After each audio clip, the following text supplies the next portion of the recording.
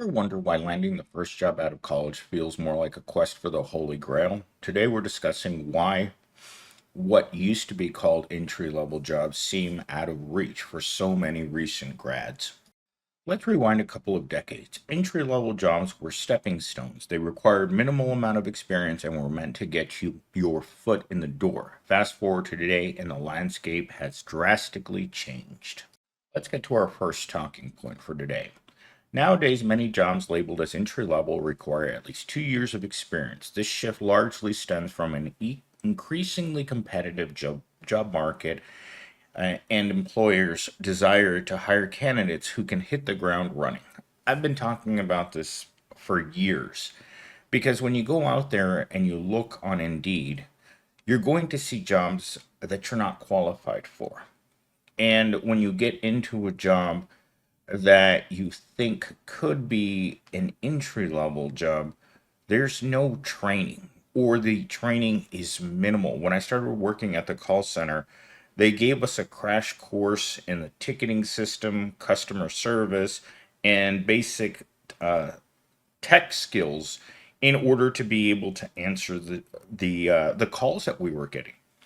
But the first day that I was sitting at my desk, the supervisor ran over and asked me why I wasn't picking up the phone. And I told him because we don't have sufficient training to answer these phone calls.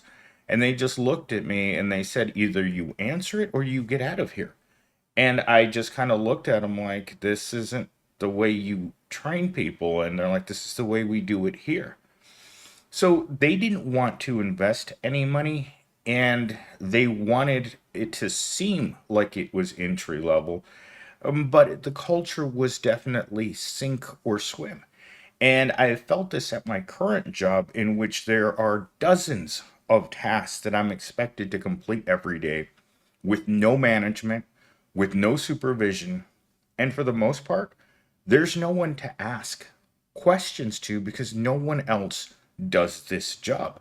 This job was created out of thin air, and they stuck one person in it, another person in it, another person in it, and right now I'm on my fourth um, senior manager, and this guy doesn't even work in this state or has ever set foot in this particular office.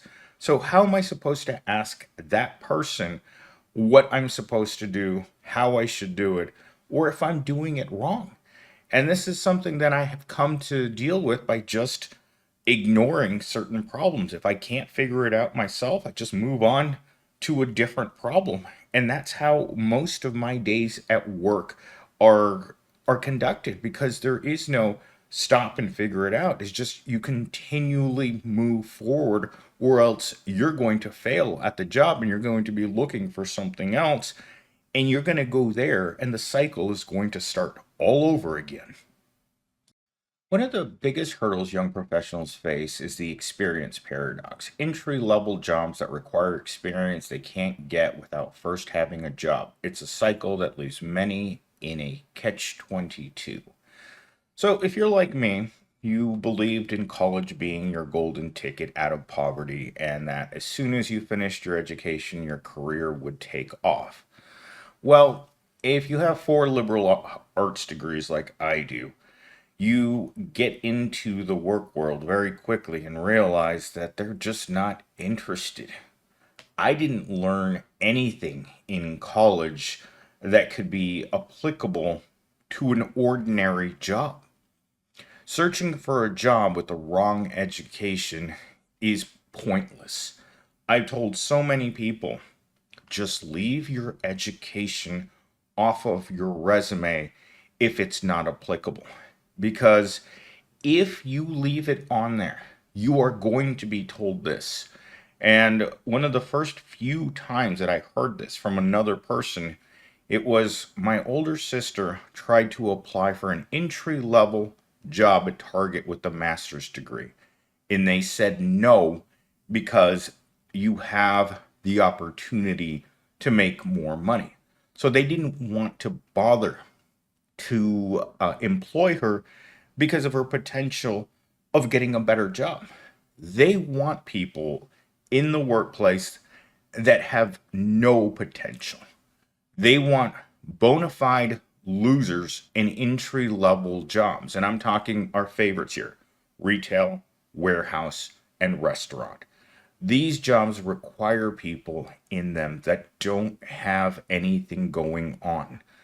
And unfortunately, even if you go to school, you could end up in those types of jobs, and your education will just hinder you because no one likes to hire someone that's better than they are. And I've been told this in retail on many occasions. You think you're better than this job. You think you're better than me. From the general manager right to my face, you think you're better than this place.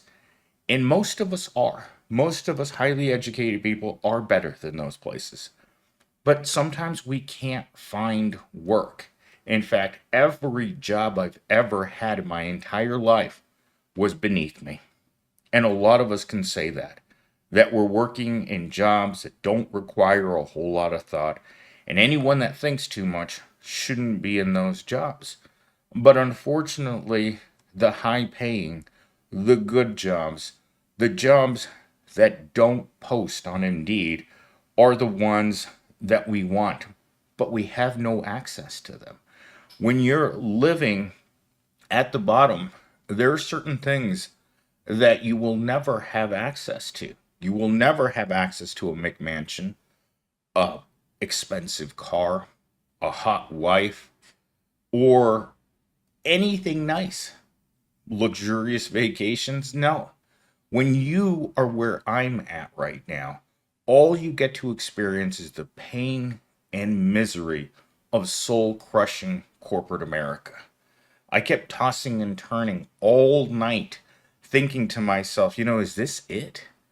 Is this going to be the way that I am going to ride into the sunset with a miserable job that doesn't pay anything in a place that is a mill for people coming in and out constantly? And yesterday, the school president asked me, Millennial Steve, why are there so many people cycling in and out of these jobs? And I said to him, and I pointed out the fact that he drives a very expensive 4x4. And and I looked, I pointed out to the parking lot and I said, most of us can't afford to drive what you drive to work. And he's like, oh, yeah, the pay is pretty miserable. And the fact that you acknowledge that the pay is miserable, especially for entry level jobs. Anyone entering the job market at the entry level right now is going to need financial help. There's no ifs, ands, or buts about it. You are going to need someone to help you because your paycheck, those tiny little paychecks, like that paycheck I put up from McDonald's, which was like $800 for 2 weeks of full-time work at a McDonald's, isn't taking you anywhere. Your career isn't just about to blast off and you're going to start, raking in the cash. It's not. You're going to stay at the bottom for an extended period of time, if not for the rest of your life. All right, so let's get started on talking point number 3. Internships often serve as the entry level, but with many internships unpaid or low paying, not everyone can afford to take those opportunities. It was something that I would tell everyone that I knew in college, that they need to get their internships done during school. If you were like me, you were working 40 hours at a minimum wage job and going to school full time. I don't know how I was expected to go do an internship in English literature. There weren't that many, and if there were internships, they were going to go to people who were extremely gifted. The competitive nature of getting an internship in a area of study that's not well known for giving opportunities like that, it was only the tippy top of the English majors. And I'm going to say this, it's the best English majors were the creative writers. They were the elite among the English majors, because if you were like me, you just got an English degree in and that was it. That's what it says on your degree. It just says English literature. It doesn't have a specialization behind it. And those were just the run of the mill people. But it was almost unheard of for one of us low level English people to have the opportunity to do an internship. Most of us were working too much. We didn't have anyone to recommend us. That's another thing, is you have to get letters of recommendation, just like going to grad school. They want to know that what they're getting is going to be very good. And my last Gen Z that I had working for me at my current job, he did do an internship with a respectable Fortune 500 company. But at the end of the 6 month internship, rather than giving him a job, they gave him the boot. Because that's another thing that can happen to you, is that you could end up doing the internship. Because the internship to me is a work for free, try me out for free for 6 months to a year, and then you give me a good job. But if at the end of that time period they decided it's not worth it to keep you on even for free, then you're going to find yourself in a place in which you're going to be working back in another job that doesn't pay very much. And that's just the unfortunate nature of the work world. It's harsh, it's mean, and it doesn't like you. And to me, all of those things I just said just makes you feel worse about going out there and looking for a job, because it doesn't make you feel good to know that you may not be competitive enough with other people that are looking for the same job that you're looking for. And this can often lead to an entire life of waiting for something better to happen to you. And sometimes that better thing doesn't happen. In fact, I've been waiting for something better to come along in my life. A job that doesn't suck, because it sucks to suck, right? And if you can't get out of the way of these miserable jobs because no one else will hire you, then you kind of have to just put your head down and think, with the amount of money that I generate from my job and the amount of life that I can afford to buy it, what's the point? What's really the point of going out there and seeing a person in a job that's making the same amount of money that you are, but that's 20 years older than you are? That's what I saw when I worked at the call center. That's what I saw when I worked at Walmart. And that's what I've seen in a lot of fast food places, is your grandpa putting the fries in the bag. And you're like, Jesus Christ, this person went their entire life working at the bottom, and it's the end. And they're still working at the very bottom. All right, so we've gotten to our final talking point.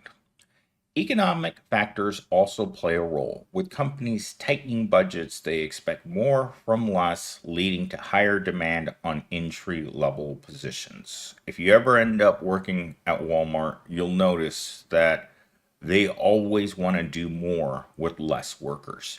And from the time I started working there till the time that I left, the jobs progressively got more complicated. They were asking regular minimum wage workers to start doing some of the supervisor or management work, just because they knew that they were going to find someone who would do that. And I pushed back against that constantly. And they pushed back against me, telling me if I didn't do it, that I would be fired. But do less for workers is just something you can't. The system is designed to exploit. And if you don't want to be exploited, then you can't be part of the system. And so when you show up at a company and their big hiring tool is, we'll help you get a high school diploma, you should be very frightened that that's their target demographic. If they're trying to help you by providing you education, they're assuming that all of the people that are applying for these jobs need more education. What does that job need education for? It doesn't. Most jobs, low level jobs, need no education. They just want to make it seem like you need education. And I'm going to use Starbucks as the perfect example. I was talking to one of the girls that works there the other day, and she was talking about the Starbucks Academy. And I'm thinking to myself, how many people are going to take a job serving drinks and also have time to go to the Starbucks Academy? Almost none. And the same thing with worker help programs. At Walmart, the workers didn't have time or money or do anything other than go to work, go home, and figure out how they were going to scrape by. This idea that workers have free time in order to pursue education is almost a joke. I would say it's an insult to the average worker that they're going to have in their free time the ability to upskill themselves for the job that they're currently doing. You're not going to do that. And I think that dangling that carrot in front of your employees is just a, a stupid gimmick that they think is going to possibly attract a higher level worker into a crappy job. I remember during the pandemic, Kroger's was so hard up for finding people that would work inside of their grocery stores that they had a campaign to start looking for middle class people to work in grocery. And they made it seem like it was such a fun job that people would want to work in a grocery store. And I thought to myself, are they kidding? Do you really think that someone who's from a higher class of people is really going to put on that uniform and make minimum wage just because you make it seem like it's fun with cartoon characters and just stupid slogans? The whole idea failed completely because they thought that just because they don't want the workers that they attract, because I've heard that over the years on many occasions is general managers saying, why doesn't anyone good apply to this job? And you just look at them and you look around at the other workers, it's like, who do you think's going to come and work here? Only a person that has nothing of that to help themselves get into a higher paying job would come and work this job. And for me, it was straight out of college because no one else would hire me with the type of education that I had. I had the wrong education. And to come into a position like that and be told that they'll pay for college so that you can get some experience or that you can go to the Starbucks Academy, again, it's insulting. But they're not counting on very intelligent people to take these jobs. They're hoping that they're going to get someone who's just going to put their head down and work at Walmart for 20 years. Unfortunately, that doesn't even happen anymore. Most people that are working at the bottom are job hoppers. They're here, they're there, they never stay anywhere very long because they're looking to get the most pay, even if it's a little bit more than minimum wage, for the least amount of work. They want to be the most comfortable they can in a place that they really don't want to be at. No one wants to go to work. And as I've titled hundreds of videos, no one wants to work anymore. And the truth behind that is that they have made us not want to work anymore because of the low pay, the lack of benefits, the lack of actual career based job.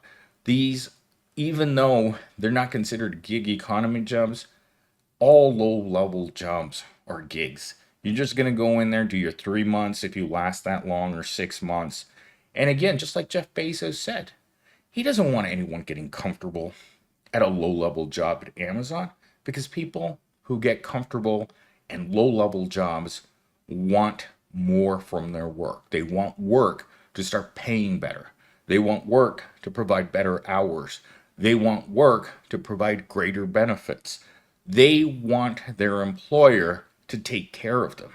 And workers who aren't invested in the jobs that they currently have, they don't want anything.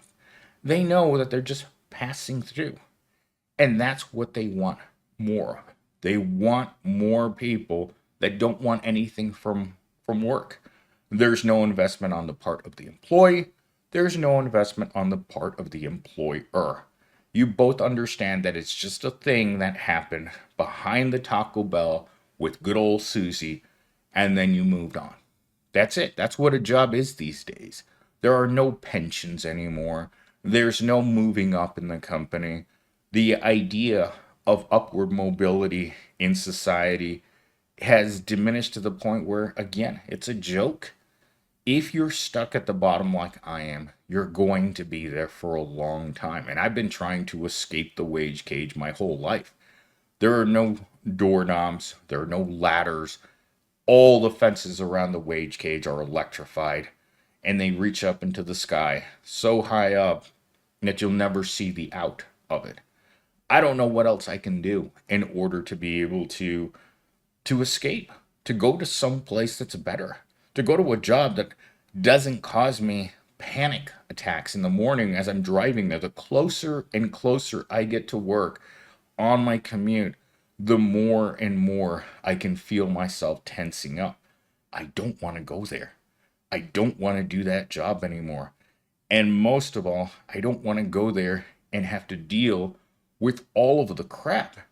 By the end of the day, your soul is so crushed, you come home and you just kind of just lay in your chair and you just think to yourself, I have to do this again tomorrow and the day after and the day after and the day after. And it's awful to think of it that way. But if you're not in this, on this plantation, you're going to be on that plantation over there. And you don't know what's going to happen over there. At least here, I'm just waiting for my walking papers every day. And that's, again, something that factors into the psychological stress you're under, is not knowing when the end's going to come. We all know it's going to come. It's not like they're going to let you stay there and do your work performance theater for an extended period of time. Eventually, someone's going to notice that you don't like being there a lot. And they're going to be like, you know what? It's not working out for you. So today, into toxic positivity, I'm going to be putting in this. Not looking for work when you should be. This is something that I think about all the time. Every day that I'm sitting at my desk and my mind's wandering off into space thinking, you know what? I need to be looking for another job. And then I get tired. And then I get depressed. And finally, while I'm thinking about looking for another job, I get angry. Because I look at the pay scale of jobs on Indeed and I think, you know what? It's not even worth it. It's not worth going to phony interviews and applying to phony jobs and talking to phony interviewers who ask you the same stupid questions at every single job interview. Why do you want to work here? What will you contribute to this company by working here? It comes down to being 100% honest with these people, which you can't be if you want to get a job. I'm here for one thing when you're in a job interview. I need more money. I need more benefits. I need more time off. It's about me, not you. And that's what they don't want to hear. They want to hear you putting the company before yourself. They want to hear loyalty. They want to hear hard work. They want to hear a person that's going to use the least amount of their resources in order to extract as many of the resources as they can from you. That's what a job interview should really be like. It won't, because we live in a society full of phony, just stupid things. We live in a society where people don't say what they mean. We all smile and pretend that everything's okay. But as I've said in hundreds of videos, we're not okay. And things aren't changing in a way where we're going to be okay. We're screwed. And we're screwed for life. And that's the way things are.